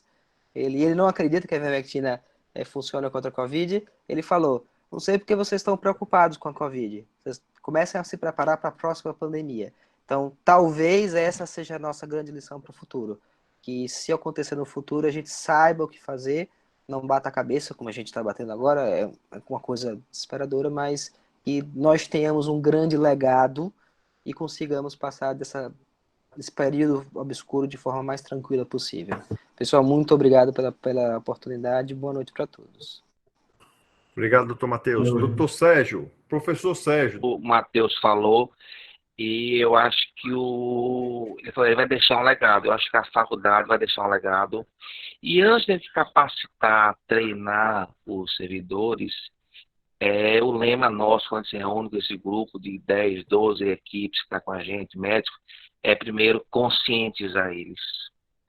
Conscientizar, como o Matheus disse, vai passar, não vai passar tão cedo, a gente vai conviver e vai deixar ser uma pandemia, vai ser uma endemia, como gripe, todo ano tem que se vacinar, mas pelo menos nesse momento a gente vai buscar conscientizar, e isso eu garanto ao senhor, da melhor forma possível com os nossos profissionais, com a orientação do próprio Matheus Todi, que é sobrinho, querido, doutora Zenaide, que é chefe do protocolo, aí está com a equipe também do Albert, que está com a gente, do Círio. Não vou querer nominar para não me furtar ninguém, mas o legado que a gente vai deixar, gente, a gente teve aqui, conscientizou, não vamos poder obrigar, mas eu acho que esse legado que a FACS e esse apoio da FAMES que o senhor está dando é fantástico.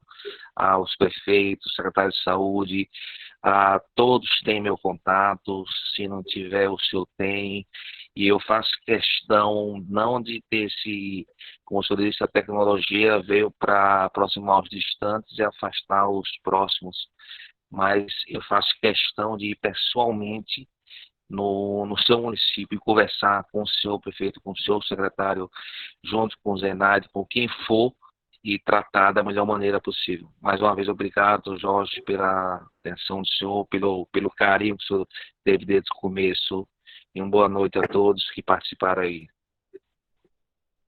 Também a sua participação, a sua disponibilidade, ao Dr. Zenaide Cavalcante, agradecer à Faculdade de Ciências da Saúde por essa parceria. Eu tenho certeza que estamos iniciando agora uma parceria que vai render muitos frutos para os municípios. Com certeza hoje foi uma oportunidade de conhecimento para todos, uma oportunidade, como o doutor Matheus mesmo falou, a doença é nova para todos, não existe nada na literatura além de 6 meses, então está se descobrindo a todo dia novidades, né? O que funciona, o que não funciona, quais são as medidas mais eficientes. E eu tenho certeza que uma noite como hoje, com profissionais do gabarito que passaram por aqui, com certeza vão trazer um conhecimento que vai fazer toda a diferença na prática do dia a dia dos municípios. Agradecer a presença de todos os secretários, de todos os técnicos, Márcio França, que está aí nos acompanhando, de todos os prefeitos, na pessoa de doutor Silvio, né, que além de que doutor Silvio representa as duas classes, né, representa os prefeitos e representa também a área da saúde. Doutor Silvio é um exemplo de prefeito, um guerreiro, fez uma administração exemplar lá no município de Divina Pastora, está deixando um grande legado e, mesmo no final do seu mandato, faz questão de participar de todos os webinários, de discutir, de questionar, de trazer informações para os colegas, de instigar, trouxe orientações relevantes, né? A experiência dele em administração pública, como a medida que ele adotou em reduzindo o contrato do combustível na medida que oscilavam os preços do combustível, e dentre outras ações. Então, agradecer a todos vocês pela participação, pela presença, por acompanhar até às 9h07 da noite do nosso webinário, e dizer que nós estamos numa luta, nós vamos vencer com certeza, nós sairemos mais fortes enquanto seres humanos de toda essa crise, e que com certeza vamos saber dar o valor necessário a todas as equipes de saúde, a todos os servidores públicos que bravamente lutaram essa luta por toda a humanidade e que também colocaram as suas vidas em risco para exercer tão bem a sua atividade, a sua profissão. Muito obrigado a todos, um grande abraço. Doutor Silvio, quer falar alguma coisa ainda? Um grande abraço a todos, uma boa noite. E em breve nós nos veremos em mais um webinário da FAMES e da CNM.